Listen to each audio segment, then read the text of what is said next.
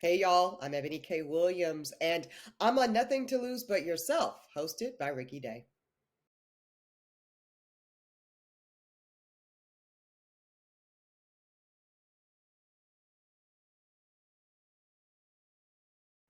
My guest today is Eboni K. Williams. Eboni is the host and executive producer of the Warner Brother Music Group podcast Holding Court with Eboni K. Williams. In addition to starring on The Real Housewives of New York City season 13 and guest hosting on The View, she is also the host of the Grio with Eboni K. Williams, which airs on the Grio cable television network, which is owned by one of my business heroes, Mr. Byron Allen. Her newest book is called Bet on Black, the good news about being Black in America. I can't wait to dive into a conversation about that. But I want to end with saying that Eboni is an attorney. She's a frequent public speaker on Black culture and history. She's a proud graduate of the University of North Carolina at Chapel Hill, as well as Loyola University, New Orleans School College of Law. Lastly, she's my neighbor, y'all. She Yeah, living here up in Harlem, New York. Please welcome to the podcast, Eboni K. Williams. Ricky, How you doing, sister? I'm so thrilled to be with you, my dear. I'm doing well. I take that question literally. I know some people just give you a good. Yeah. How am I doing? I'm feeling well. I'm feeling joyful. A little bit emotionally tired, and my allergies are cutting up, but I'm happy to Mm. be here. Well, I'm happy to happy to have you. I've been looking forward to this as well. My allergies been wearing me out. I don't want to do commercials for Flonase, Right, but well, you just had Flonase me is take a little sniffle before the show, so I'll let you know how we do by the end. yeah, it's helping me out. You're a busy woman. I mean, you've got the Grio with Eboni K. Williams on the air, and shout out to all my people over there: Yes, Natasha that's Hallford, it. Jaron Gaymore, Michelle Gee, and of April course Ryan. the man himself, Byron Allen. Yeah. Uh, and then you got your great podcast, Holding Court, which I actually listened to when my boy Dustin Ross tell Big Head I said hello, and I I can call will. him Big Head because we got the same My Big mother Head. calls him the king, Ricky. She calls him the king. So she was here. She was here for Mother's Day weekend, and I took her to. We record. Dustin and I record every other Monday. And I said, okay, we got to go record Holding Court, Mom. After I did a GMA, Good Morning America 3 hit, and I said we're going to Mhm. Holding Court. This woman spent 15 more minutes on her makeup once I told her that. She said, I got to look good for the king. I said, who the hell is the king? She said, Dustin. I said, child, bye. Okay. Like that Negro's ego needs any more I boosting. know, but he's the Uh, best, though. We know he's the best. no, he's the best. That's my boy. I love him, and I always tease him because people think we're brothers, so I he's could I responsible for could me see putting because a y'all little are something, both something on. extremely fine men. I could see that. So I appreciate you. Thank you for saying that. Yeah, because I tease him. I'm like, you got me some a couple of times because they couldn't get to you, but they were like, well, you're the next best thing. I'm like, I don't know cool how I about feel that. about that, but I love it. it's all good. And then of course, you're doing your thing in these streets. The show is doing well, Mm. and I'm just grateful to have you here. You're an attorney, you're a media personality, you're a journalist, you're all these things, right? But I feel like people know what you do, but they don't necessarily know a lot about you. And I especially feel like a few people kind of discovered you in recent weeks for reasons that we're not going to What dive are you into, talking right? about, Rick? No, no, of Something course. about Yeah. bus drivers or Something about something. But bus drivers. Something about bottom line, I want some context. Give people a sense of who you are, where you come from, who raised you, and how did you become the Eboni K. Williams that we know today? that is such a big question, Ricky. I talk a lot about how I grew up with, a single black mother in raised in the South. I was born in Southeast Louisiana. Shout out to Tangipahoa Parish. Raised in Charlotte, North Carolina, Mhm. and all that jazz. Then matriculated at the tender age of 16 to UNC Chapel Hill. Come on, Nice. 16, going to Oh, school. total nerd, total nerd. I mean, again, this is where you start to see those early seeds of expectations of excellence, right? Mhm. Academically and otherwise. So I don't propose that this was a healthy mantra of raising children, but there was a thing in our household called beat for bees. I'm gonna leave it there. But yeah, so that's a little bit of my biography, but I go into the details in my book right here, Bet on Black: The Good News About Being Black in America Today, as well Yeah, as we in my want to talk first about that. that ooh There you go, right there, y'all. looks so good in your house. Uh, and I also talk about a lot of my background, Ricky, in my first book, actually, Pretty Powerful: Appearance, Substance, and Success, which came out back in 2017. Yeah, 17. 2017. I did my research. Yeah, See, I'm getting older, Ricky. But anyways, So I think that framing, right, of growing up Mhm. as an only child to this incredible, hardworking single black mother, but a complicated woman. I think she would admit herself, and a woman Mhm. who came of age during the depth of the Jim Crow South, right? So my mother's a young woman; she's only 62, and you got to keep in mind, Ricky, that this woman never she went to segregated schools until 10th grade. To 10th Oh grade, my goodness. and she graduated in 77. So that means, like, contextually, and she watched my grandfather, who, I talk a lot about recently, Kerry James Williams Sr., who had a fourth grade education. We're talking about Mhm. rural, backwoods, uh, subjugated Black America in the most literal sense. And Yeah. I'm but two generations from sharecropping. So I think when Mhm. you look at it at that lens, it kind of can give some perspective around, my mother recognizing, okay, so I see I see the possibilities of lifestyle and everything that comes along with it. I think we hear lifestyle, Ricky, and a lot of us in modern times think Birkin bags and Gucci slides and maybe first class Delta One flights. No, this is a woman who's talking about safety, who's talking about Right. stability, who's talking about being able to consistently provide a roof and even toilet, like literally, like right, like this woman grew up with an outhouse. The outhouse. If Yeah, my you dad know, talks about and that if as you know, well. you know, right? So, Yeah. anyways, those are the contextual, I think, elements that pour into my vision, my aspiration for myself and thus my people. I think being an only child is essential because it has made me a very communal person. So when you don't Mhm. have like blood siblings per se that you grew up with, the culture becomes your family. So a lot Yeah. of times, some feedback sometimes I get is like, Eb, your standards are your standards. The way you view the world is for you. Why are you so overly concerned with how everybody else is moving? Well, I tend to see the culture as family.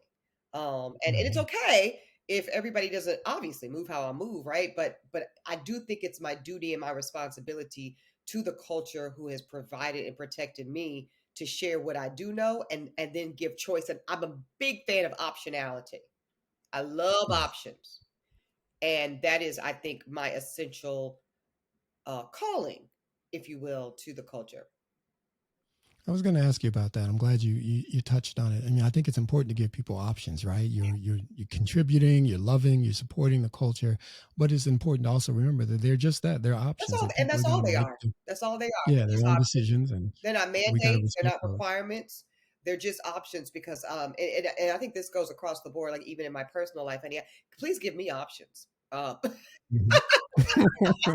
We all like options. I love some Some of us options, like options a little too which we'll much, probably though. get to later, right? But yeah, give me all my options and then let me do the choosing. Yeah. Well, this is not your first book, but it is an amazing book. I did read it, and here it is once again, you guys. Bet on Black, the good news about being Black in America today. Ebony, what's different about this book and the process of writing this book than from the first one? How did this change that process, and how did it change you? This is my favorite book. No disrespect to Mhm. Pretty Powerful, my original manifesto and little love story to women and black women particularly. But Bet on Black is a grown-up book. That's I'm Mhm. just gonna spare my own ego here. Bet on Black is a grown-up book. It's a book written from the perspective of a mature womanhood and a mature Mhm. adulthood. Where versus Pretty Powerful comes from a lens of very much still in development and searching. And there's a lot of good nuggets in Pretty Powerful. People still love Pretty Powerful, and I stand on everything that Pretty Powerful offers. Mhm. And it's being built upon in Bet on Black. Bet on Black is the synthesis, Ricky, of my gift as a historian, because I do have a bachelor's in Black Studies and Africana diaspora from UNC Chapel Hill. So there's a bit of kind of historian in me, but then also there's the applicable nature of what I do as an attorney and as a journalist, which is essentially to activate. So Yeah. once when we what happens? What magic happens, right? When we take the history and we take the lessons of Du Bois and Baldwin and Booker T. Washington and my boo Frederick Douglass. When we take all of that, And Ida B. Wells and Harriet and all the Mhm. Mary Bethune Cookman. And we take that and we marry that with what the activism looks like, what the policy efforts look like, what the structure Right. looks like, what the statutory lens looks like. And then you get a bet on black, which is something that I would describe as one of the critiques, Ricky, I got from Pretty Powerful was great book, amazing content. It told me how to question things, but it didn't tell me what to do. So when I went to write Bet Mm. on Black, one of the mandates I gave myself and my editor and publisher, Krishan Trotman, shout out to her, brilliant young Black woman who is an editor and one of the few Black women to be in that space at uh, one of the big five at Hachette, and Legacy Lit is her Respect to her. imprint. I said, we have to make this book prescriptive, Krishan. It's not fair to stimulate people's mind and raise their consciousness and then leave them without anything to do about it. So with Bet on Black, Ricky, as you know, because you've actually read the content and seen the guts of the book, it offers those options of action. And I'm really, really proud of that. I am so glad that you shared that up front because that's one of the things I love the most about the book. Those bet on black Yep. moves give you a way to activate. They don't necessarily tell you exactly what you should do. They don't prescribe what works for you, Mm-hmm. but it shows an example of how you can take what you learned in that chapter and bring it into your life and bring it into the world. And that's very powerful. Yeah. The theme of the podcast this season is for love and blackness, right? Yep. And love we'll talk about in a moment. But I'm interested in this idea of blackness. We talk about blackness, we talk about the culture, Mm-hmm. but when you think about it, blackness is a construct, Yes, right? it is. And I'm curious for you, when did you first discover the very idea Mm-hmm. of blackness, and who introduced it, or how was it introduced to you as a concept, and what does blackness mean to you today, right now? Yeah, so I dedicate the book to my mother and grandfather, Gloria and Carrie, respectively. And I say it's because these are the first individuals to introduce me to the power of betting on black. So, my answer Hmm. to your question, who introduced me to blackness? My mother and subsequently my grandfather. Now, when did I start becoming aware? Very early for me, 4 years old, 5 years old, because that's when I entered kindergarten. And so Mm. that's when, for me, I didn't go to daycare because I like old school Southern. Grandma Katie kept me. That's they don't do Yeah. that no hardly no more. But anyway, so enter first space of socialization, interracial socialization. And I'll never forget, Ricky. I was 5 years old, I think, at the time, and this young white girl in my kindergarten class. I tell the story in the book. I'm bused because again, Gloria was always so adamant and intentional about making sure that I attended school, public school, because we didn't have no money, but Hmm. the best academic performing public school that was available to us. So I'm being bused an hour and a half each way. And it's a predominantly white elementary school. And my classmate is a young white girl and she's having a birthday party. And Hmm. I don't get the invite. And me and the other three black girls in our class don't get the invite. And even at 5, I'm like, hold the fuck on. Hold the line, you know. And I What's going on here? pause, as the kids would say, right? Pause. And I Yeah. go up to my teacher, who was a white woman, Miss Brown, and I'm crying and streaming tears, and oh my God, why? And I don't even know. It just came over me because I don't get to go because I'm black. And that was my Wow. first realization that in this environment, whether that's America or this classroom or in Charlotte, North Carolina, but there's a cost, there's a consequence, at least in this capacity, a social price I'm paying by virtue of Hmm. being black. And that Now, was was that so an assumption, or someone told you that that's why she didn't well, but invite you? How I do you mean, you know? do the math. Everybody else Yeah. is getting invited. They go on to eat the snow cones and eat the popcorn and watch the Hmm. clown. But me and the other three brown girls don't get to go do that.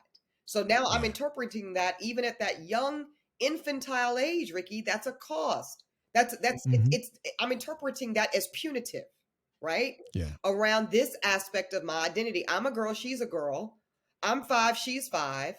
I'm in this class, you're in this class. So the only thing I can distinguish us by is the fact that you are white, blonde, blue-eyed, and I am black, kinky haired, and brown eyed. Hmm. So like that's not rocket science, right? That's basic Yeah. deductive reasoning.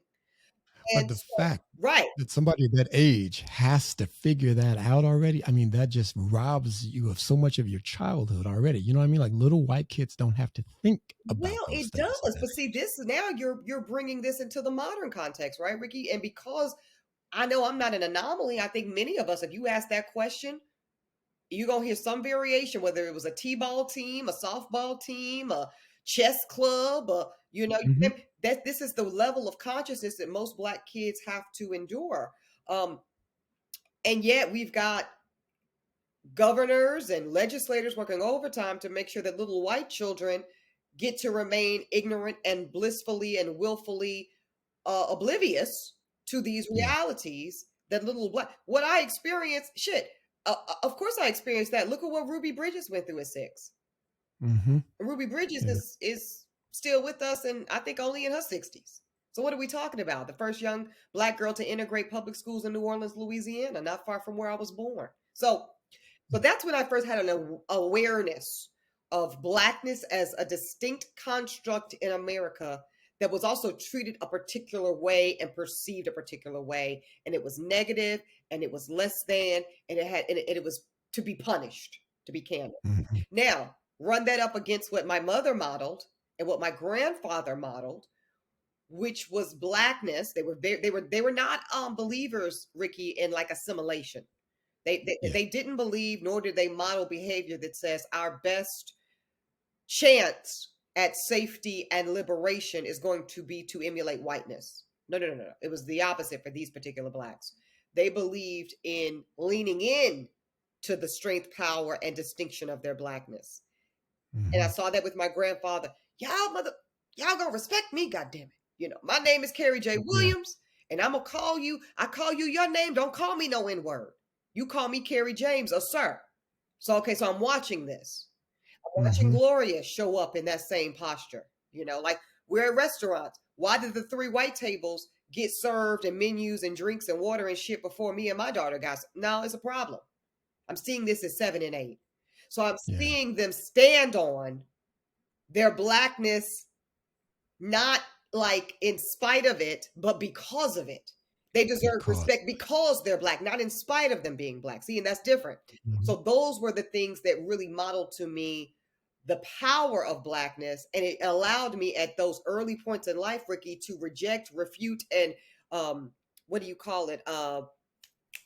Just really rebuke in the name of Jesus any Mhm. narrative that said that blackness was anything other than treasured, beautiful, important, and valuable. I love it. I love it. And it shows up in who you are today, how you move in the world, and what you're achieving and what you're accomplishing. And I'm glad that you mentioned in the name of Jesus, because I was going to pivot to that. You talk about this being your calling. So obviously, you're a person of faith. I read Yes. the book. I know that you are. How does your faith interact for you with your Blackness, right? And how does it impact the work you do and how you go about achieving the work? Yeah. So for me, and I'm very candid in this. I choose. I believe what is it that religion can divide people and faith unites us. So I Hmm. personally make a decision again. Options. Do what you Yeah. do according to your spiritual wellness. I don't spend a lot of time, Ricky, in the denomination of it all and the naming of this, that, Catholic, Baptist. I believe in God. My relationship is with God, and it centers me in every way. My mother introduced me to a relationship with God, and she gave me the good fortune, and I really thank her for this. She didn't do everything right, but what she did do right, she did extremely right. Hmm. And so, even when she introduced me to the Bible and the teachings and the stories, it was this is something that should consider. And as I aged and got older, and even academically started reading the works of King James and this and that, and the teachings of Buddhism, I started to have my own relationship with the higher power that I call God. So that's really where I sit in terms of my faith. And I've been blessed. I've been blessed to travel to Middle Eastern territories and Jerusalem and all the things, and it's amazing. So for Yeah. me, Ricky, my faith in God and my relationship with God, because it's an active relationship where I am listening and receiving constantly, and also I'm sending up prayer. I'm asking questions. What's Hmm. become crystal clear to me as I almost turned 40 is I believe in something called spiritual gifts. Most people in Hmm. their whatever faith practice are familiar, and I believe God gives each of us individual, specialized spiritual gifts. And it's kind of like spades. We might have some of the same cards, but there ain't no way we get all the same cards, right? Absolutely not. And God gave us those cards. This is what I tell myself. God gave Ebony a hand. Now Ebony's gift back to God. How do I play my hand?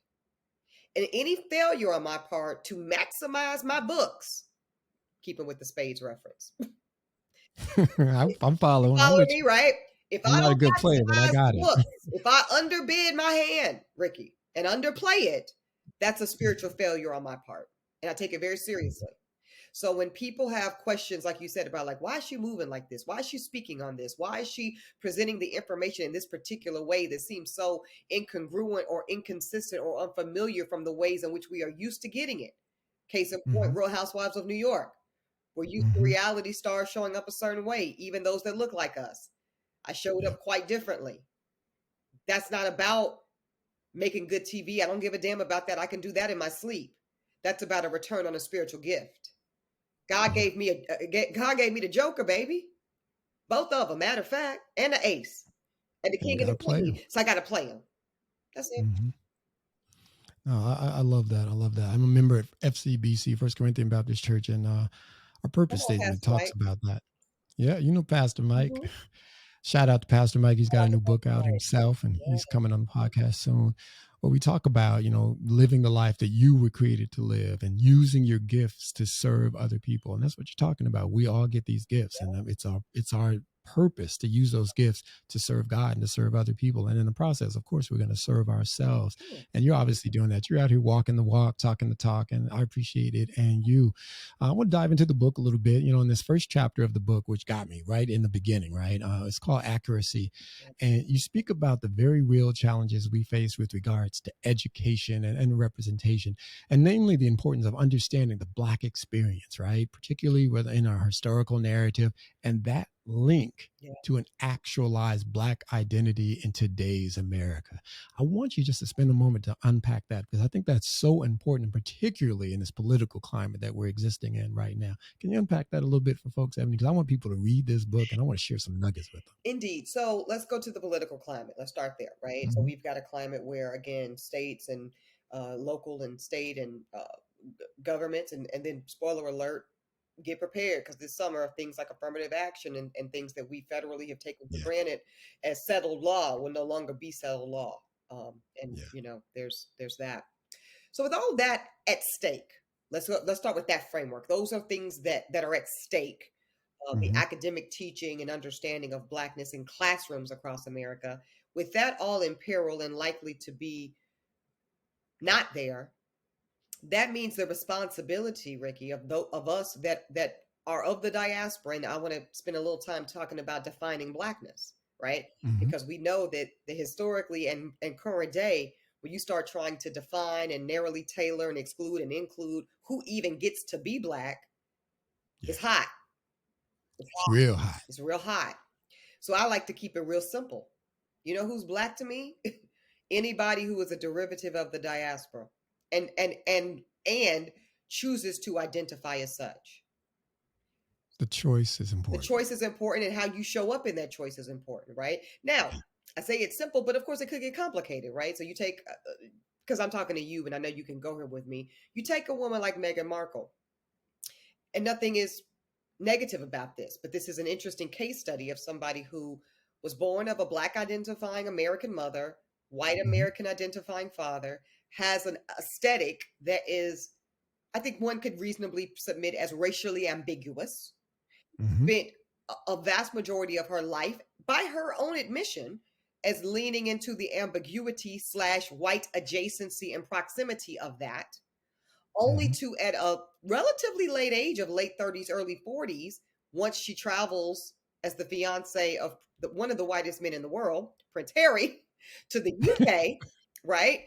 And then where the purity of whiteness is so revered, um, Hmm.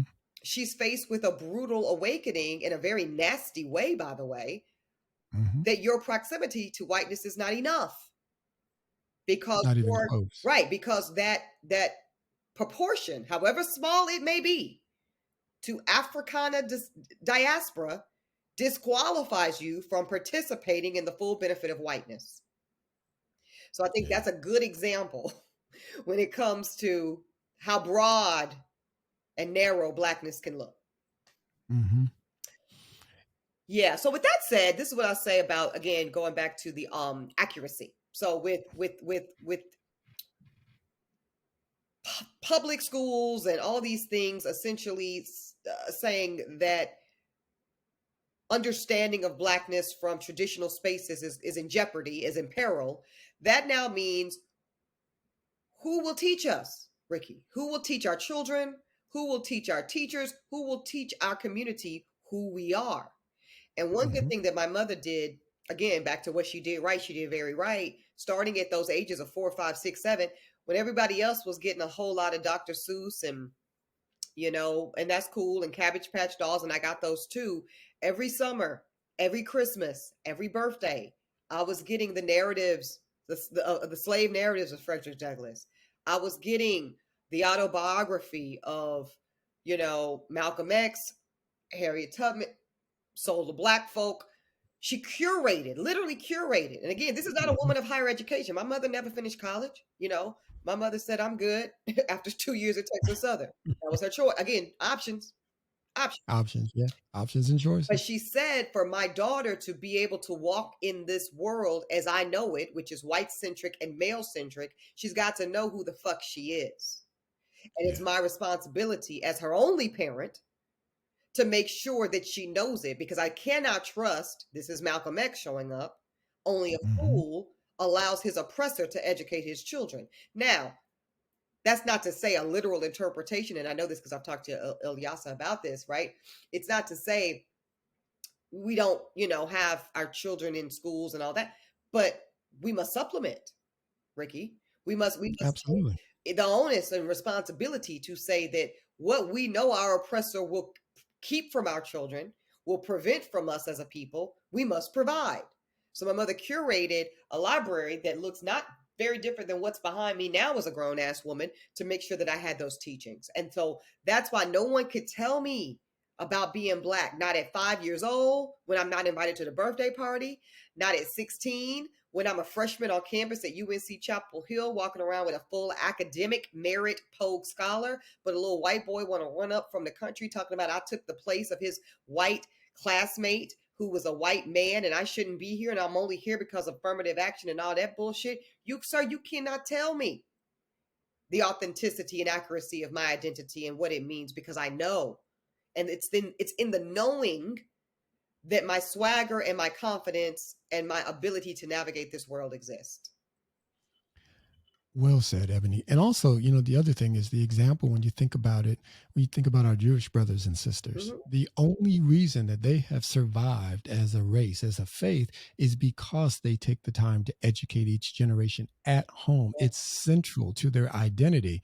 And I think for us as African Americans, no matter what their education system does, we've got to fill in those gaps the way you described them, because they give us a sense of self, a sense of identity. It shields us from what's going to attack us from the outside, and it will give us the tools that we need to survive no matter what the external circumstances are. Yeah. And your mom was brilliant about that, because the earlier you start, Yeah. the easier it is to sustain. If you try to tell a 16-year-old that, then yeah, they probably don't want to hear it. But if you start early, it's going to be part of the fabric of who they are as a being, and it's important, and it's critical. And I think it also is important for that to be holistic, right? Yes. To make sure that we're including the contributions of women to this culture and what we've done, the Of contributions of the queer community. LGBTQI folks and queer Sure. folks. I just saw Lisa Cortez' brilliant documentary about Little Well, Richard. It's a Richard, great film. that's on my watch list. Lisa's brilliant and amazing. So to that point, I'm glad you brought up the intersectionality of blackness, because since Mhm. there have been black people, there have been queer black people. We know this, Yeah. right? So a lot of people, when I went on The View somewhat recently, and I gave a little piece of mine to Ron DeSantis, everybody was like, oh, well, she didn't really read the bill, because he wasn't saying he didn't want to teach black studies. He was saying he didn't want to teach queer studies. Okay, well, let me be very clear. If you talking about you gonna teach me black studies and it doesn't talk about James Baldwin, it ain't really black studies. If you telling me you got to teach Absolutely. me black studies and it doesn't center the heroic efforts artistically and militarily of Josephine Baker, a queer Black woman, if it doesn't Mhm. center Lorraine Hansberry, if it doesn't center Langston Hughes, it ain't Black studies. So that's it. And and how about you're not going to teach American studies Yeah. and not include the contributions of Black Americans, which include queer Black Americans? How are you going to talk about rock and roll and Not not talking talk about about Lil Sister Ricky. Rosetta Tharpe? Oh, absolutely. How are you talking about the civil rights movement? And y'all love to bring up the good Dr. Martin Luther King Jr. and amen to him and everything. We don't get Martin Luther King Jr. without Bayard Rustin. At all. Literally. And look, and we both live in Harlem. Look at the Harlem Renaissance. The contributions All of of it, baby. queer people Yeah. to that are incredible. Yeah, so that's very important because we both know, Ricky, unfortunately, our culture is imperfect. And there's still a lot of homophobia and transphobia and things of that nature that lives among us, and it really, I think, thrives from a place of internalized relationship with false caste and false Mhm. hierarchy, where if you buy into the internalized belief that you are less than as a Black American, now you're constantly thriving for who's less than you socially. Absolutely. So Yeah. once you've really divorced yourself from that, as again I did early and have done better even older, you realize that that is not a part of your liberation. The oppression and subjugation and stripping of human and American rights of the queer community makes you no more freer. And when you get that tea, you're liberated. Mhm. And not only does it not make you freer, it actually, you're oppressing yourself in Totally. the process. You're oppressing your history when you oppress somebody else. You're oppressing your own humanity when you oppress somebody else's humanity. I'm trying to get my white brothers and sisters to understand that Yeah. no one is free until we're all free. I'm All these issues I'm glad you are brought going to that up. exist. I just want to say one point about the Roni of it all, the Real Housewives of New York. Yeah, What please. some people, including some people that look like us, what they Hmm. misinterpreted and misconstrued and just failed to understand about how I showed up in that space, particularly around my relationship and engagement with Ramona Singer and Luann de Lesseps. It's easy to like kind of simplify that and say, well, Ebony was challenging them around race and she knows that they are whack and don't know any better. Why is she staying there? That was not me in any way demonizing or vilifying those two women because I didn't know them. Hmm. I recognized some shortcomings and some flags around their behavior that showed up as anti-Black to me. Hmm. Those were invitations, Ricky. As you just said, those were invitations to say, Ramona, to the extent that I believe in your humanity, and I'm going to take that for face value, to the extent, Luann, I believe in your humanity, I'm inviting you to be more human. You know Absolutely. what I mean? This is not about Absolutely. shitting on you or making you look racist. I don't, because trust me, neither one of those particular women needed any help making them look any particular racist way, right? And that Yeah. pre-existed my arrival on the show, and let's be clear about that. You know, Hmm. that is why those narratives existed about them, and especially Ramona, for many years. Hmm. All my arrival did was actually offer you a hand up in your own arrival and realization of your own full humanity. And your choice, again, options, your choice to swat that hand says everything about you and nothing about me. Yeah. You talk about calling, and when I just had a conversation with Neil deGrasse Tyson, he Oh, talked yes. about this. If you have the ability to speak about issues in a way that can help people to see the light, help people to understand, open their hearts and minds, you have a responsibility Yeah. to use your voice to do that. That's why I do the podcast. That's why you do the work you do. Yeah. We have a responsibility to do that, regardless how uncomfortable it may make somebody. Yeah. And we also forget that anti-Blackness exists within Black people.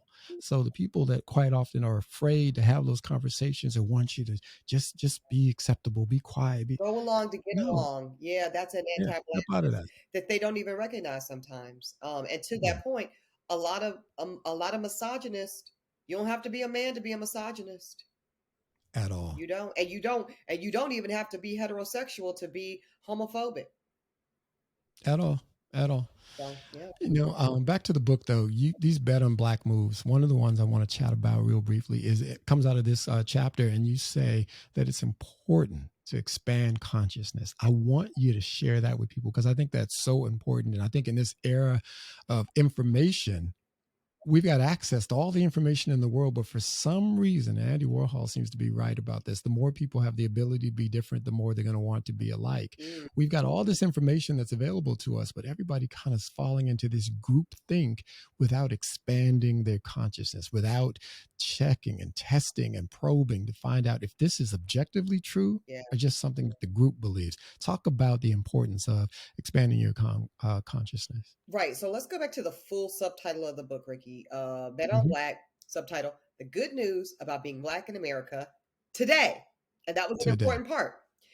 Hmm. Uh, and the reason, and I remember going back and forth with Krishan, my publisher, well, today, is the today part necessary? Yes, Krishan, It's critical. because it's today. And this goes to the Warhol quote you just said. Today, we have more information, more access, more mobility, more global accessibility than ever Hmm. before. So I'd say it's a pretty damn good day to be Black in America today. Now, let's go to what you just said, which I've had lived experience with, and I know you have too, Ricky. The more Yeah. people have access to this, it's almost as if people run away from the consciousness. And that's a Hmm. fear. And I think we have to talk about where's that fear come from? What's triggering that? And I think something about the human condition says, and I've noticed this in my recent weeks of cultural relevancy. I'll frame it that way. Um, people, people generally prioritize being liked and being popular over being right and impactful. I'm gonna say it one more Yeah. time. They prioritize being liked and being popular over being right and impactful. Now, Hmm. that is what it is. That's not even a judgment. That's just an observation, really. Hmm. And what I will tell you that I've always kind of experienced, but it's certainly more to my own experience the older I get and the more I lean into my own. Because I want to be clear, Ricky, like I didn't come out the womb moving, talking, and walking like I do. This has been an arc of my own journey. I have been in my own process of getting to a fully liberated, free Black woman in America. And I And it's an ongoing and it's process because you're ongoing. going to learn, Which you're going actually to makes me grow. very excited because I'm like, Hmm. am I like if I'm like this at 39, bitch, come 50, huh? Anyway, so as I talked about in one of my Breakfast Club interviews, while I was on Roni, I was talking about that I was in the middle of my divorce process. And Hmm. what I was divorcing was my relationship to white comfort. And that part made sense to people. Okay, we could all use a little divorce from white comfort, including some other white people, frankly. Hmm. But I was also, and this one kind of took your people aback, Ricky. I was also in my divorce from the need of collective Black approval. Yeah. I'm gonna say it again. I was Hmm. divorcing myself from the need, the requirement of collective Black approval. And that part was hard. That was the much harder divorce for me. Because again, I'm an only child, the culture, my people are my family, and Hmm. much of what I do in the world, I want I want my people to appreciate. I want my people to welcome. I want my people to approve of. Hmm. But the minute I started to realize that again, this goes back to the calling part, right? And I talk about in the book, um, Dr. King and his brilliant sermon, which Dr. David Johns introduced me to. Shout out to Dr. David Johns. Shout out to Dr. Um, John.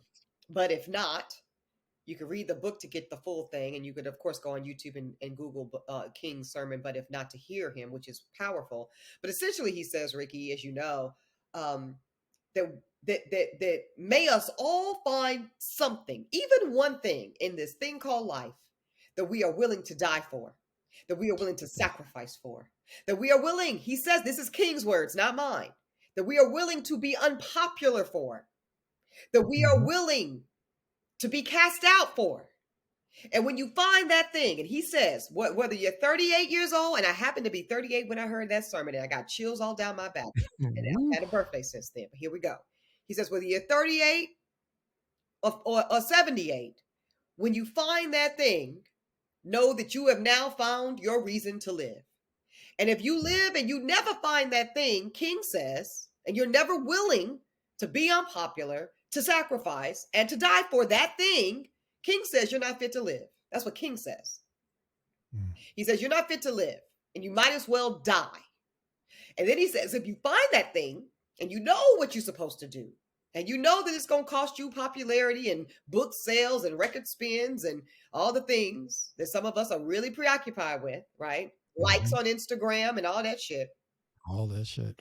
He says, if you are not willing to sacrifice those things, he says you might as well go ahead and die because you've died anyway. And it's called a double death. You died the minute you knew what you were put on this earth to do and you refused to do it. So I'm not interested, Ricky, in a double death. I said it in the book. I'm gonna tell it to you right now. I only need to die one time. And so because I am unwilling to die prematurely, that's why I move the way I move. And that's why I'm okay with the unpopularity. And that's why I have divorced myself from the need of collective Black approval, because maybe it's when I leave this earth. And I don't mean to get morbid on you. My mom hates when I talk like this, but I was telling a girlfriend today, girl, I don't live for today. I live for how it's going to age. So this bus driver conversation, the housewives of it all the things, my time at Fox News, when I'm in the mission and in the moment, it's often read as unpopular, difficult, uncomfortable, and all the things.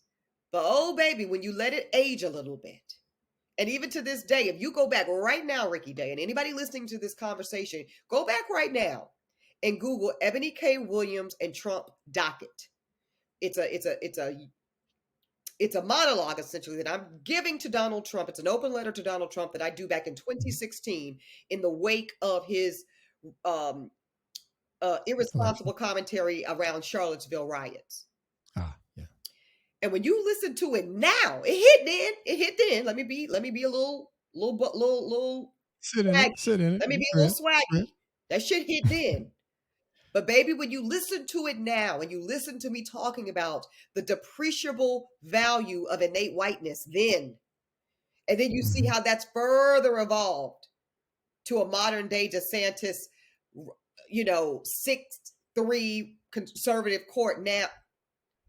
Yeah. That shit hits different. So just my shit, you got to let it age, Ricky.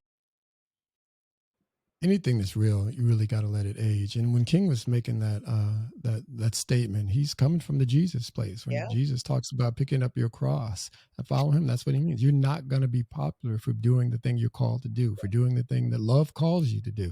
You're not going to be popular for those things, and you can't be concerned with that. You got to be concerned with doing the work you were called to do, and doing it with integrity, of course, and of course doing it with love. But you got to do it, and to that end, love, is an important concept for me, and it's a big part of the theme of the season, for love and Blackness, and to lead with love, and not just that romantic Hollywood notion of love. I'm not talking about that.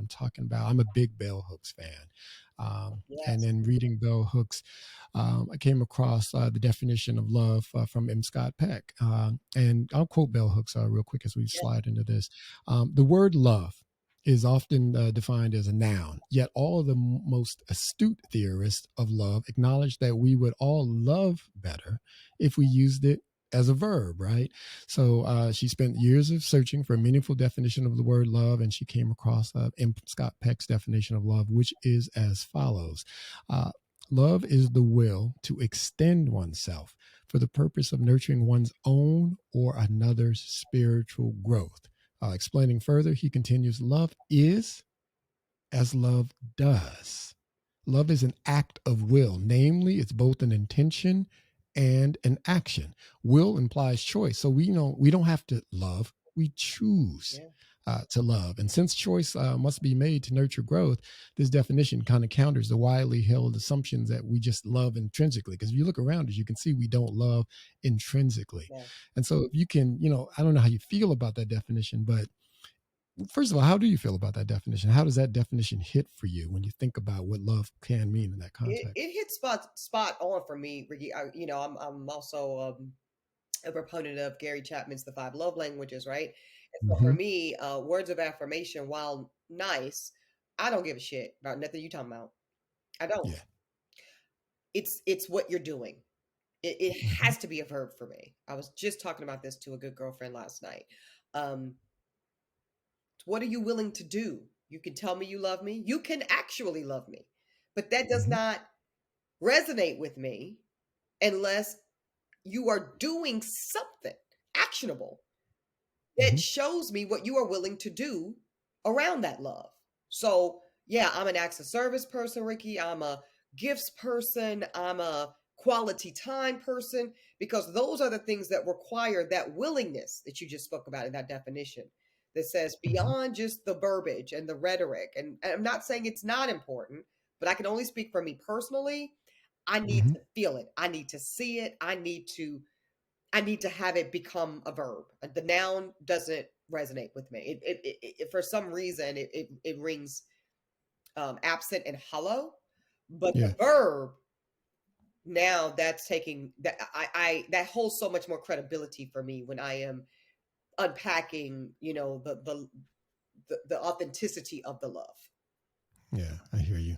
And I bring it up now because it really kind of undergirds the next little section of our conversation. And it's really about understanding what the role of love is and doing the work that you feel Yeah, called to do. You know what I mean? Love sometimes shows up by saying the things that you understand in your current understanding and feel are authentically and objectively true, and sharing that understanding that being loving and sharing that may not hit the way you'd like it to hit. You may take backlash. You may take those things forward. So, what's the role of love been for you in doing the work that you feel called to do? That's the first question I have.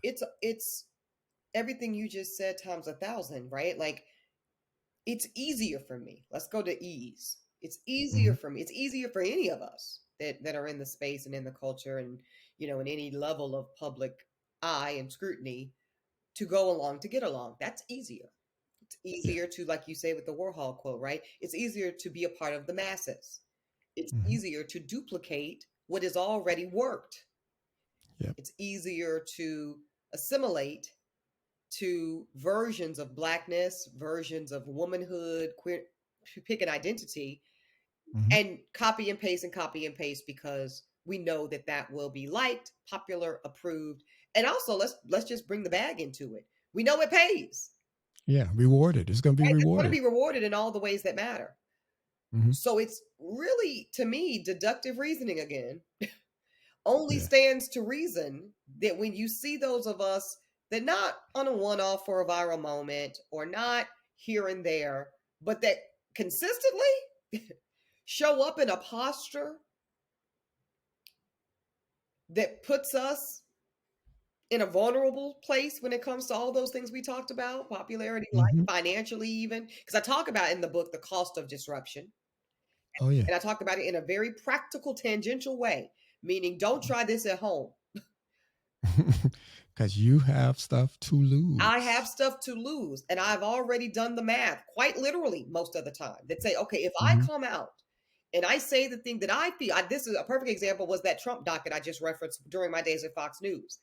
Ricky, Hmm. if you don't think, even then, I think I was 35 or whatever the hell I was, even then I knew, listen, bitch, you coming on these white folks, conservative ass station, talking about the innate depreciating value of whiteness, calling Trump irresponsible and cowardly, and talking about the anti-Semitism of chanting Jews will not replace us, you likely did not have a job the next day. I mean, I had to conceive Yeah. of that. And I had to say, this was a but if not moment, even before I knew of the but if not sermon. That was a moment, Ricky, when I said, but if I'm going to be, if I say that I'm here at Fox News because where else more needs a confident, educated, conscious, legal black mind than a place that is committed to the harm and dehumanization of black folk, which is Fox News, Hmm. and that's very Yep. obvious, more obvious by the day. Who needs that voice and representation more than this place? So that's why I'm here. Great. Now, Very unpopular choice. No problem. But on this day, after this particular anti-Black, anti-Semitic riot that cost a young woman her life, if in this day I'm in this position on this network and I don't say the thing that needs to be said, I'm not shit. And I'm a false prophet and I need to take Mm-hmm. my Black ass home. And I shouldn't be here. So that was the calculus, Ricky, right? So it's like Yeah. there really is no choice. Either you say the thing that needs to be said or get gone. And if it Yeah. costs you employment, so be it.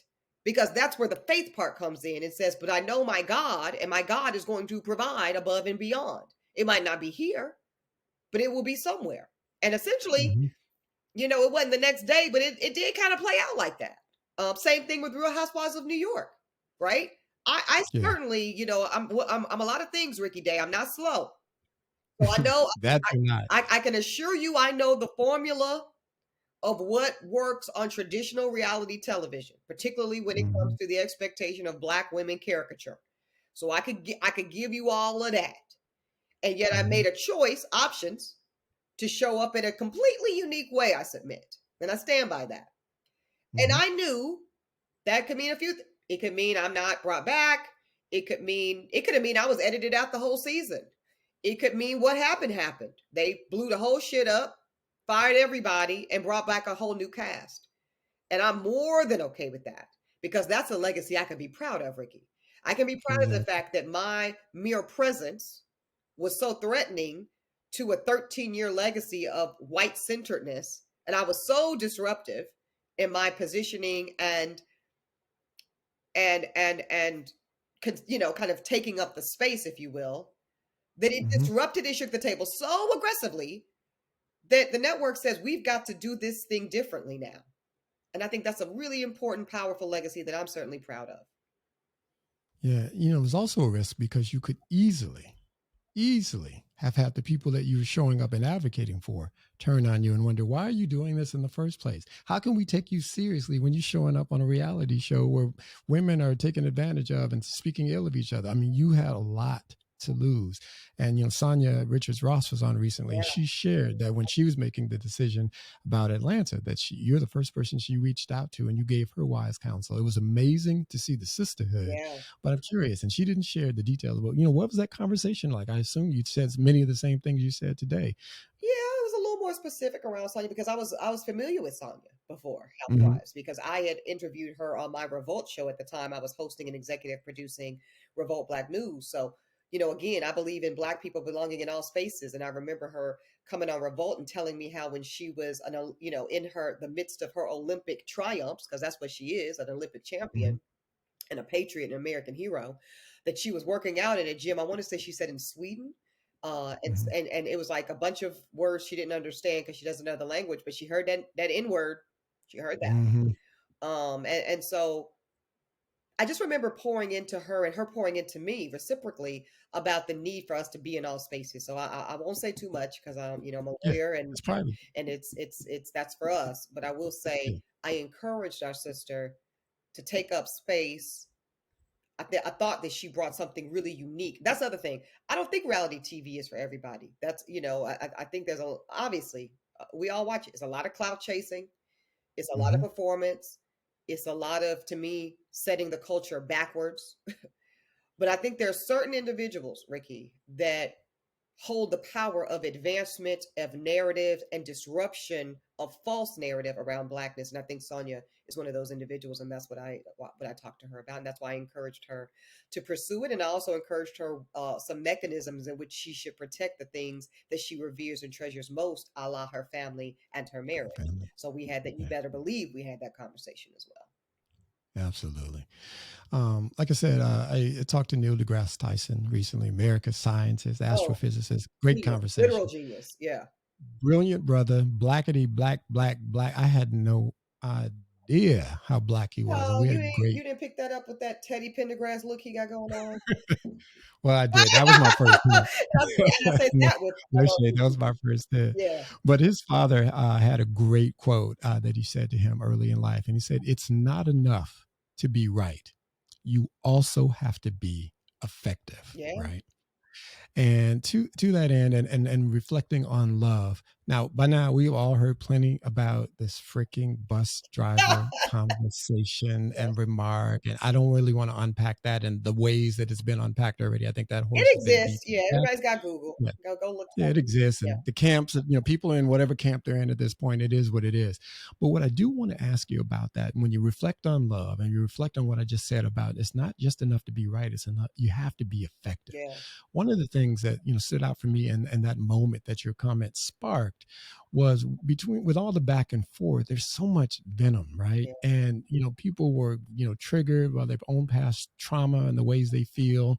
Then other people were supportive because of how they show up as women, as Black women, and it was great to see that part of it. But the actions, the reactions, it all seems so venomous, despite everybody kind of professing this love of Blackness. Right. And my question really is about: do you think, is as important a conversation as that is, do you think that conversation ended up being as productive and effective as it could have been had more love been present in the room? Hmm. I know these are always going to be uncomfortable Yeah. conversations, but was it as productive and effective as it could be? As it could be, Ricky. I mean, that's a tall mandate. Probably Hmm. not, but I am going to offer some space for. I think it has had some respectable level of effectiveness, and here's why I say that: because a lot of people, Hmm. that they love and care about me personally, Yeah. were very unnerved. Right, so I had a lot of bouquets of flowers delivered. I had a lot of bottles of champagne, and a lot of people checking on me to make sure I was okay, and that I don't take that lightly. That means a lot to me. Hmm. With those that really really really really know me, know, and that includes those that showed up in support. They know, I'm built for this work. They know Hmm. this is not my first rodeo with cultural outrage, even Black cultural outrage.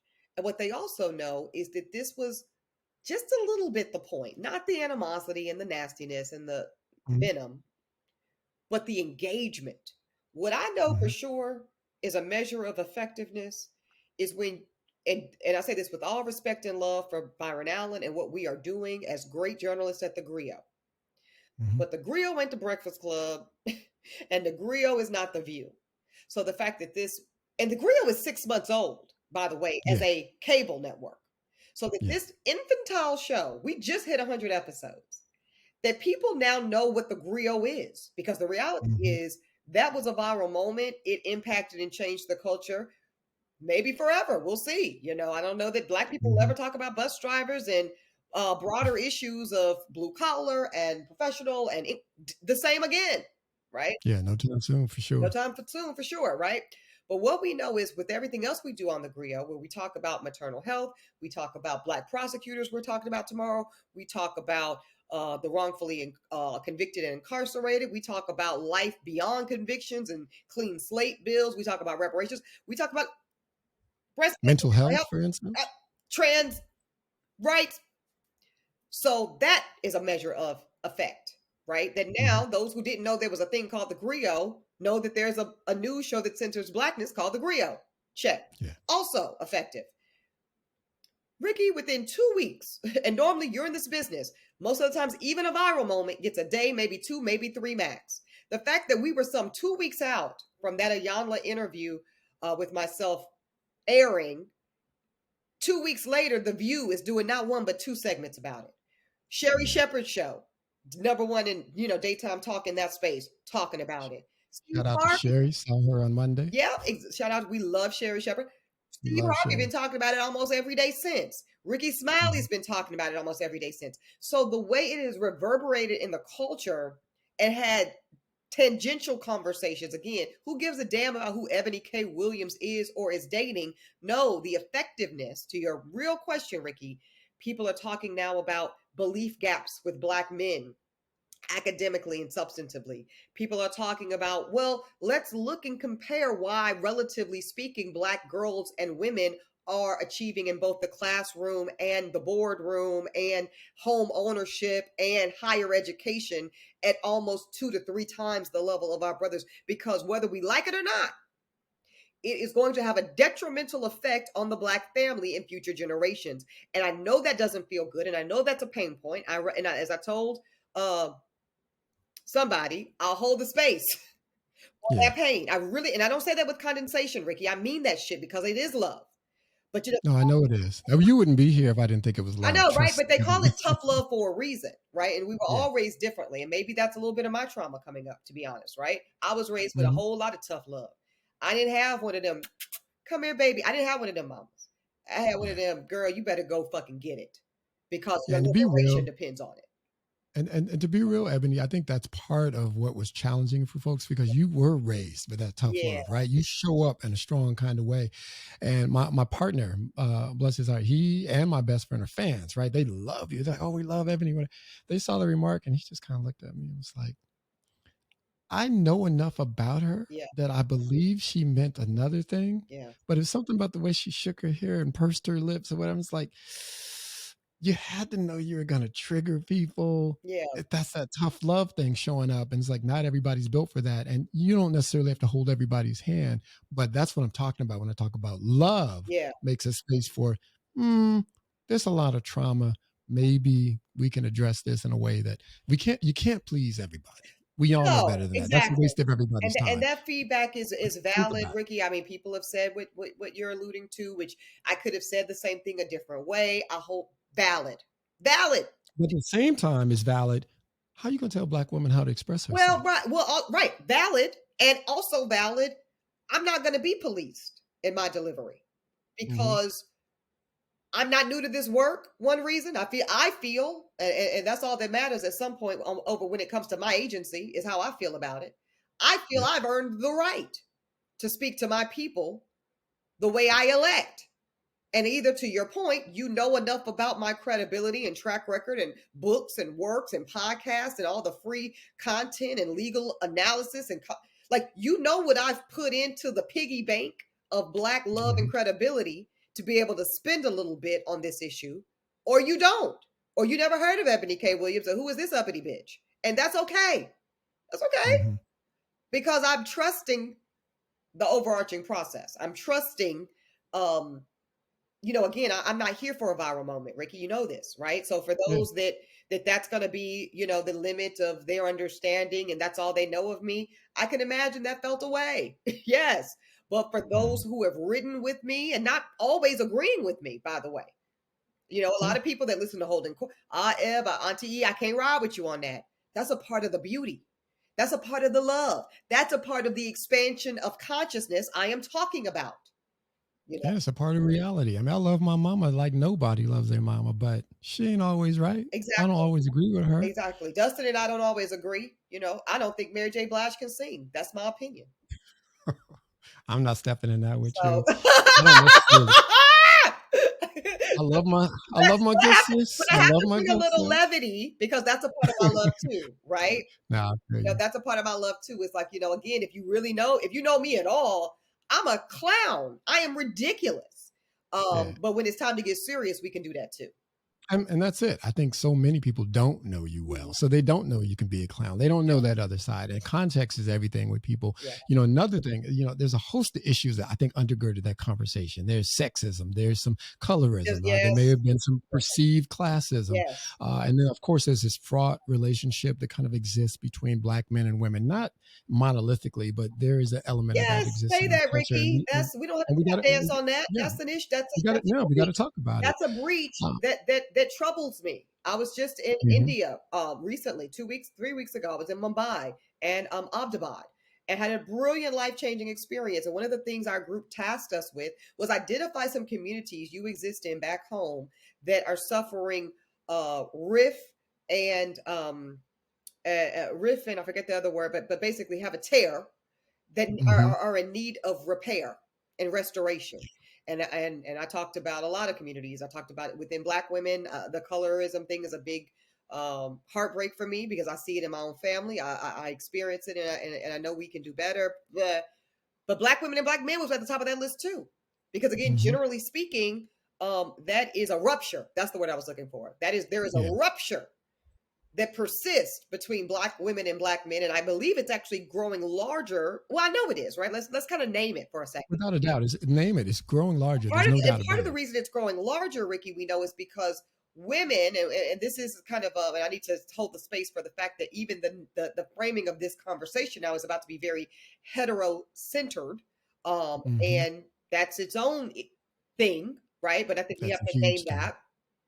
So when we talk about this hetero-centered nature of Black men and Black women and Black family that derives from those relationships, you've got something that very recently, it's a kind of very new thing. We're talking about the 1960s and 70s, that women of Hmm. any race, and we talk about Black women, where you're really talking about the 80s and 90s, the Black Really, the women, 80s and 90s. really the 80s and 90s, since we've been up and running, have gotten credit cards, mortgages, Hmm. advanced degrees, incomes to reflect that advanced education and skill set. So you've got a Hmm. new wealth class of Black women, and with that new wealth class comes access and options that Hmm. changes the calculus in which Hmm. Black women are willing and desiring to be in certain kinds of relationships with Black men. And Yeah. that has created severe rupture that is in need of repair. Absolutely. And one of the concepts that comes up in those conversations with Black men is we as a race have been subjected to oppression, racism, white supremacy delusion, because that's what it is, Sure. and all the things, right? It's affected women and men and children. It's affected all of us. Yes. But Black men, we feel like we have this very specific space we sit Yeah. in terms of being incarcerated.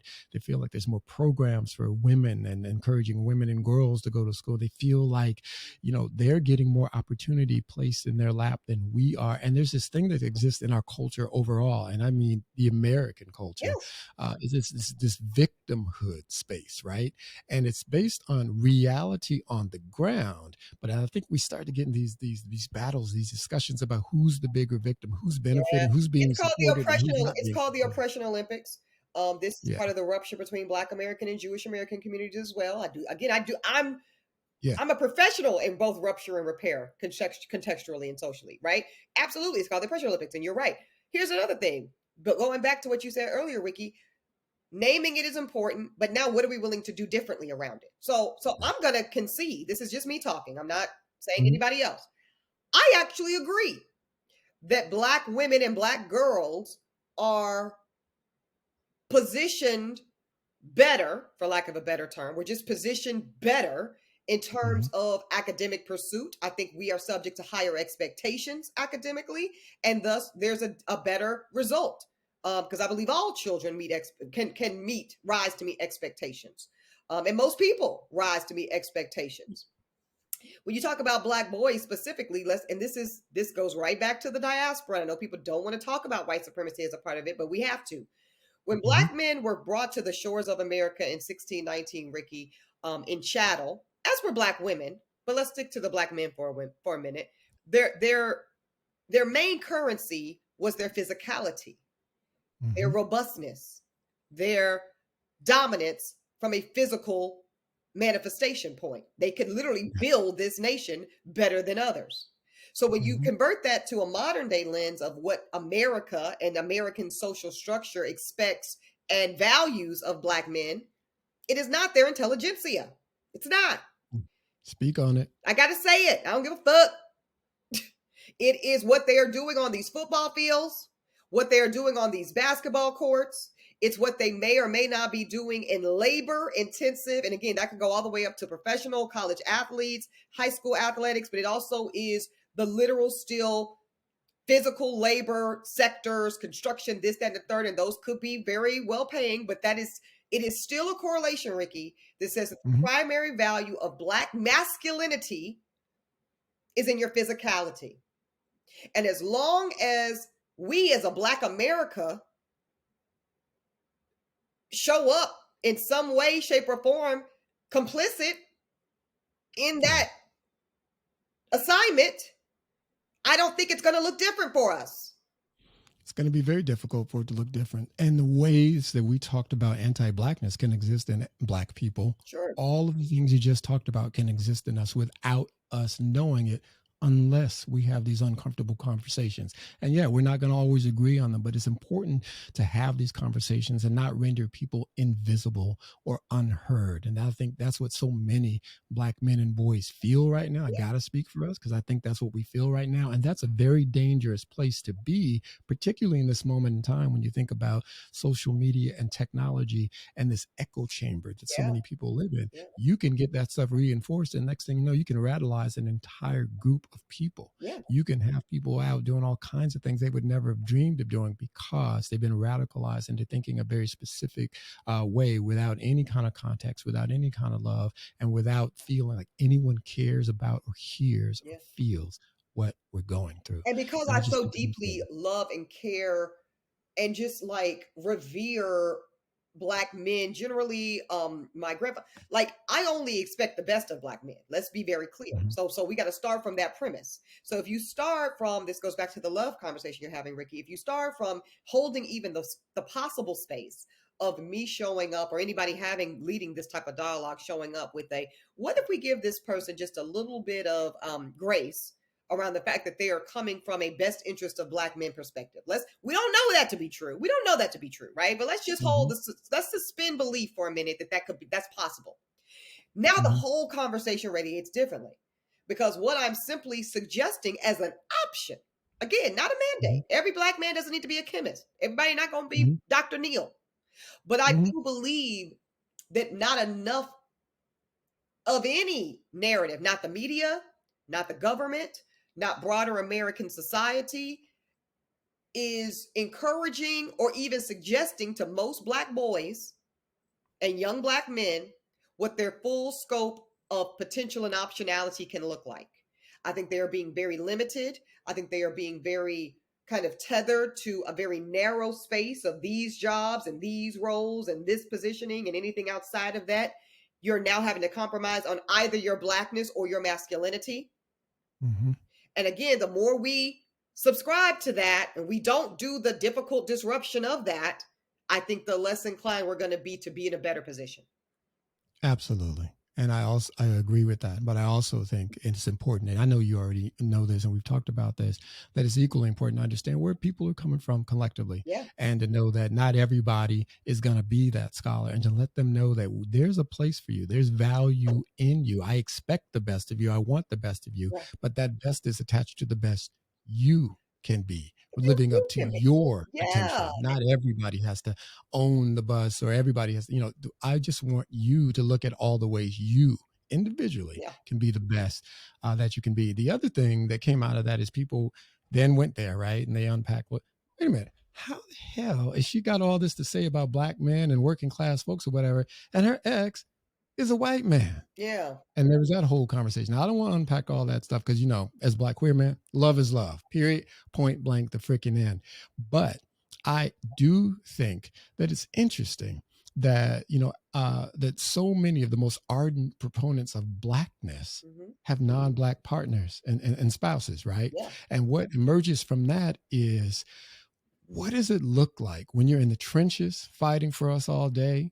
You're speaking truth to power. You're getting your Harriet Tubman on in the street, and you go home to this non-black person. What are those conversations like around the dinner table? What are the conversations that lead you to believe that I can trust this person with my love? I can trust this person with my blackness. How do you enter into those situations, and how do you express yourself and exist in those situations? I think that's fair for people to, want to have a Oh, context of and it's see all stuff. fair game. Again, Ricky, you can't do this work in the public way in which I do it and run from these dialogues or these points of accountability. Is how I Mhm, see it. So, no, let's just talk about it, right? So, number one, I think it's an interesting thing that when a black person is in even one relationship with a mhm. non-black person, there becomes this default presumption that they exclusively date that race or culture, right? Key phrase, default Yeah. assumption. Yeah, default and assumption and exclusive. Those are all very, Mhm, very like, where did that come from? mhm. I had one ex, and as I've said very publicly to many people's, dismay, I've dated a lot of men. I have. I'm a very attractive woman, contrary to popular belief. And I'm You attracted. don't believe that. They may not be into it, but they can't say you're not attractive. Well, you already know I know that, Ricky. I got the crowns. Don't make me go in the closet and pull out these rhinestone crowns to prove it in these banners. Anyway, I'm a whole beauty queen, but that's fine. Yeah. Um, I'm a very attractive woman. I've always been attractive. I was born beautiful. I'll likely die beautiful. So men of all varieties have always been attracted to me. And Mhm. my grandmother says, like who likes you. So therefore, therefore, I have had the great fortune actually of dating uh, a broad spectrum of different men. Everything from Nigerian, Haitian, that was an experience, Ethiopian, rather recently, Lumbee Native American, biracial, Indian, Black American, of course, multiracial, yes, Jewish identifying as well. So with that, I'm leaving out some Ebony Hispanic. likes the men's, y'all. She likes the It's the men's. UN up in this bitch. You know what I mean? Because to be candid, I mean, if we really talking about my preferences, I require a lot of myself. Let's start with that. I'm big Virgo energy. I hold myself to an extent. Oh, that explains so Right, much. big Virgo energy, big Virgo. I hold myself to a standard of exceptionalism in all capacities. I don't have no basic bitch friends. So all of my Yeah. friends are women. They're different than me, but we're all And incredible. sorry to interrupt, but I don't want to get deep into horoscopes, but I want to give people some Virgo context. Please, Michael Jackson, Kobe, Beyonce, Kobe Bryant. Kobe Bryant, some of my friends, Precious Lee, the model, Mhm. Emil Wilbekin, Yes, Virgos. we're It's all Virgos, like a it's a very thing. particular type. Yeah, and Yeah, it's essentially perfection for us. Honestly, it's a it thing. really is. It's a thing. Hmm. So because I am that way, and that is my standard for men across the board, I know no one is telling me nothing new. I know they think they're breaking news to me. I know that my options will be a smaller pool because of Hmm. what I am compatible with, and frankly, what I am attracted to. It's about that. Hmm. So therefore, Hmm. I feel compelled and have felt compelled for many years to broaden what the ethnic hold on, let me plug this laptop up. What that looks like. And that's not anything I'm gonna apologize for. And I'm not about to sit up here and play with people. So that's what Yeah. that is. But to presume that because I had one white fiance that now I've been broken up with this particular man, I ended that engagement in August of 2020. And y'all still, the culture at large, rather, is still making presumptions around the fact that I don't date black men. Where, Ricky? How? On any Right. given night, you go see me at a brother up at Clay or Sugar Monk. That's like testing ground zero for Sugar Monk. You know what time it is, and that's what it I is. So do. anyway, so that's I that's do. that's the mythology of that. Number Hmm. two, let's as you say historically, right? Some of our greatest titans of Black liberation, including the one we just recently had to say goodbye to, the living legend Harry Belafonte, had Rest not in one but peace. two white wives. Um, Hmm. I'm not gonna name some current folks because it's their business is their business. But bless me. Bless you. What we know for Bless you. sure, thank you. What we know for sure is that being partnered with someone non-black does not prevent nor even mitigate one's ability to show up and do the work of Black liberation. And if you're confused about that, I suggest you do your reading. I'm gonna leave that there. Now, what's it like to come home to someone who is not black, having done all this work all day? It can look a lot of different ways. My experience tells me that there are those that are non-black that have a level of black consciousness that might surprise some folks, because either Hmm. they literally are academics in black studies. I mean, that happens. I've had professors that are not black that have whole doctorates in Africana and black. Now they don't know the lived experience of blackness and they never will. But they've Hmm. got a certain level of consciousness and default understanding. I've also dated black men who were black their whole fucking lives and had limited understanding of the work I do, to be honest. Yeah, that's fair. It's just been my experience, because they, for whatever reason, opt out of it, choose not to, center that as a part of their identities, which is a choice. It's not a problem. But I Hmm. find that challenging because I'm so centered around this. And I'm like, well, you're black and I'm black. And, you're not leaning into it the way I'm leaning into it. So that has been points of conflict. When I've dated men who were not black, Ricky, particularly, this Jewish partner I had some 3 plus 5 years ago,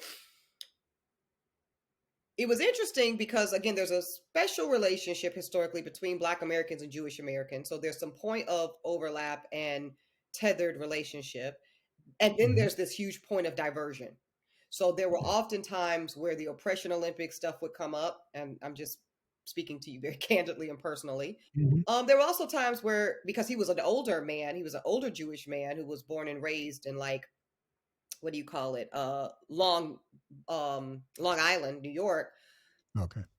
He kind of thought he knew about some blackness in some ways that he realized in his relationship with me, again, a black academic on the issue, he didn't. So just because Hmm. you went to school with some black kids and you went to some civil rights marches and you got some black folks on your team in finance where you work, don't come over here trying to be no black expert, you know. Yeah. So that Hooray for became you, but you're not an expert. I got you. correct. Just like I do the work and research on Jewish. I'm not Jewish, so I'm not the expert. I'm not. Hmm. I can have a degree in masculinity. I don't know what it is to be one day in the experience of a man in America. Yeah. So those things would come up. Now, this was a man who, we were in a very serious relationship. It was over 4 years long. And so at some point, it's funny when I say it out loud, but he recognized, if I'm going to be with this woman, and I love this woman, and there was we never had a love problem. There was a lot of love between us. We had some circumstances as it related to his adult children, my wanting to expand family, him being in his 50s, not being sure about that. We had a lot of things that just made us ill Hmm. compatible. We didn't want the same things in life at the same time. Hmm. Uh, that said, he was deeply in love, as was I. He took a online course through Cornell's online studies. And I know you laugh. I swear to God, where he was in a 6-week course, Ricky, to better understand the diaspora, because he didn't want to sound so ignorant, I guess, when I'm talking about Du Bois, or I'm talking about Baldwin, or I'm talking about the Atlanta Compromise, or I'm talking about the Niagara Movement, or Pan Africanism, or Garvey. So Hmm. he coached himself up a little bit. So No, no doubt. And it's, in many ways, that's how love shows up. It mhm. holds space That for was an you to be who action. you are. Yeah, that Hmm. was an action that, again, you're never going to know it like I know it, just like I'm never going to know your lived experience like you know it. But I appreciate you saying, if I'm going to be in partnership with this Black woman, where Blackness is such a essential element of her lived experience and identity, I need to do better. And he made that effort. So whatever. Yeah. I mean, I can fuck with it. Yeah. It's, No, it I mean, works. It of course. I works. appreciate it. you got me. You got me using profanity and stuff. Oh, well, They getting off hours, Ricky Day today. yeah. We've been sitting here chatting like we've been friends for years. I've been yapping and yapping, and I've taken so Same. much of your time. I'm gonna let you go. I've had a great time with you today. But before we go, just one last bet on Black Move I want you Mm, to share, because I think this one is one of the most critical ones. And it's the one about building your own personal board. Can you please share what that is and why everybody should have one? Because I know I need one. I have one, yeah. but I know everyone needs one, because the decisions we make on our own, baby, No, you got to have baby. one, because none of us can see. It's just like it's the reason that you don't cut your own hair, Yeah. presuming you still get a haircut. Is that a low fade? What you got going over there? Oh, I just shave it You off shave it all because it off? grows so crazy. And yeah, no, you don't want me to grow my hair out. Trust me. Okay. Now I might go get one of those, units at some Don't get point. Me and please Dusty, don't get a man unit, Ricky. You have the face and head to pull it off. Don't you good? I was just talking But shit. I I would know you talking never. shit. But for most of us, it's a reason we don't do our own hair, because you can't see the back of your head. Is what I'm getting to, right? Mhm. And so you need that personal board of directors to help you see the 360 perspective of Mhm. every big decision: where to live, rent or own, keep in this relationship or nah, change jobs or nah, stay in this role or go into entrepreneurship, West Coast, East Coast, enter motherhood or not, terminate this pregnancy or not. You feel me? So Yeah. Yeah. those are the spaces in which those personal board of directors members are. To me, they've been essential.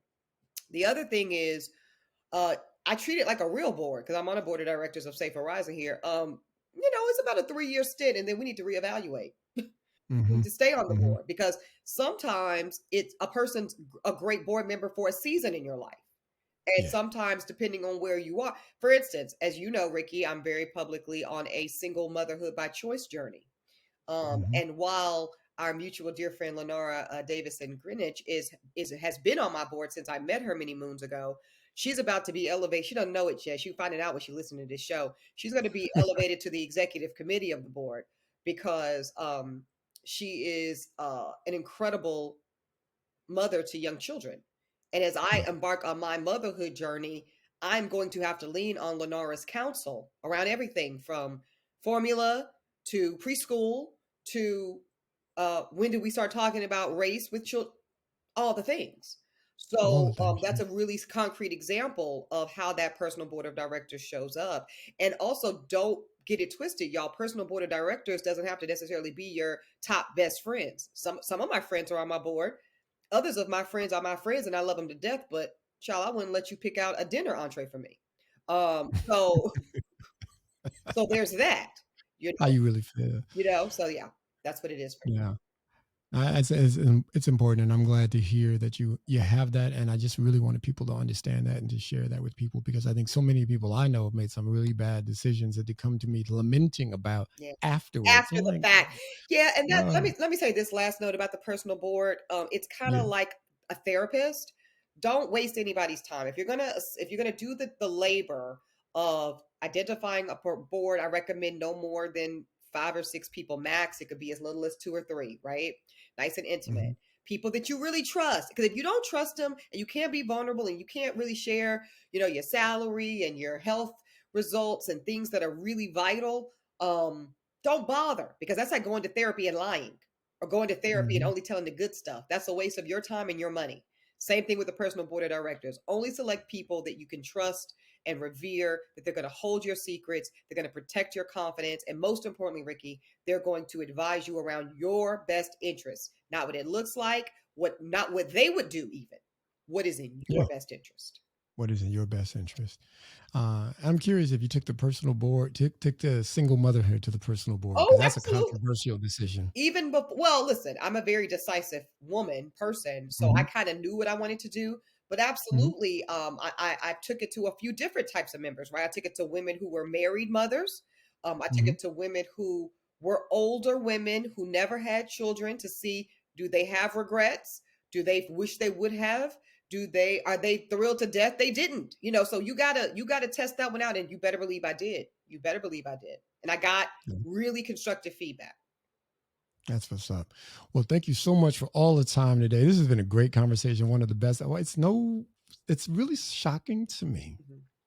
that the two former members of Real Housewives cast Uh-huh. have been probably my two best conversations to date. Woo! That's crazy. And that checks me, because I feel some kind of way about reality shows, but Right. that checks me. Yeah, but Everybody myself doesn't show up and the same Tanya, way. we're some different type of housewives. I think it's fair to say. Yeah, I feel you. Yeah. Again, y'all, the book is called Bet on Black. And let me get this subtitle right: The Good News About Being Black in America Today. Today. That's it. It's Eboni K. Williams. You can watch her on the Grio. What time is that on 6 across the p.m. country? It's on right now. Well, it just went off because my mom's been texting me. It's every day at 6 p.m. Wherever you get the Grio streaming or cable. And of course, Holding Court with our dearest friend Dustin Ross drops every Wednesday. All right, y'all. That's Eboni. And we are going to put that in the show notes for you so you guys can check her out. Eboni, thank you so much. It's been a pleasure. It's been a blast. Thank And I look forward you. to doing it again. I'll see you in person soon. Absolutely, neighbor. Thank you, Ricky Day. All right. Thank you.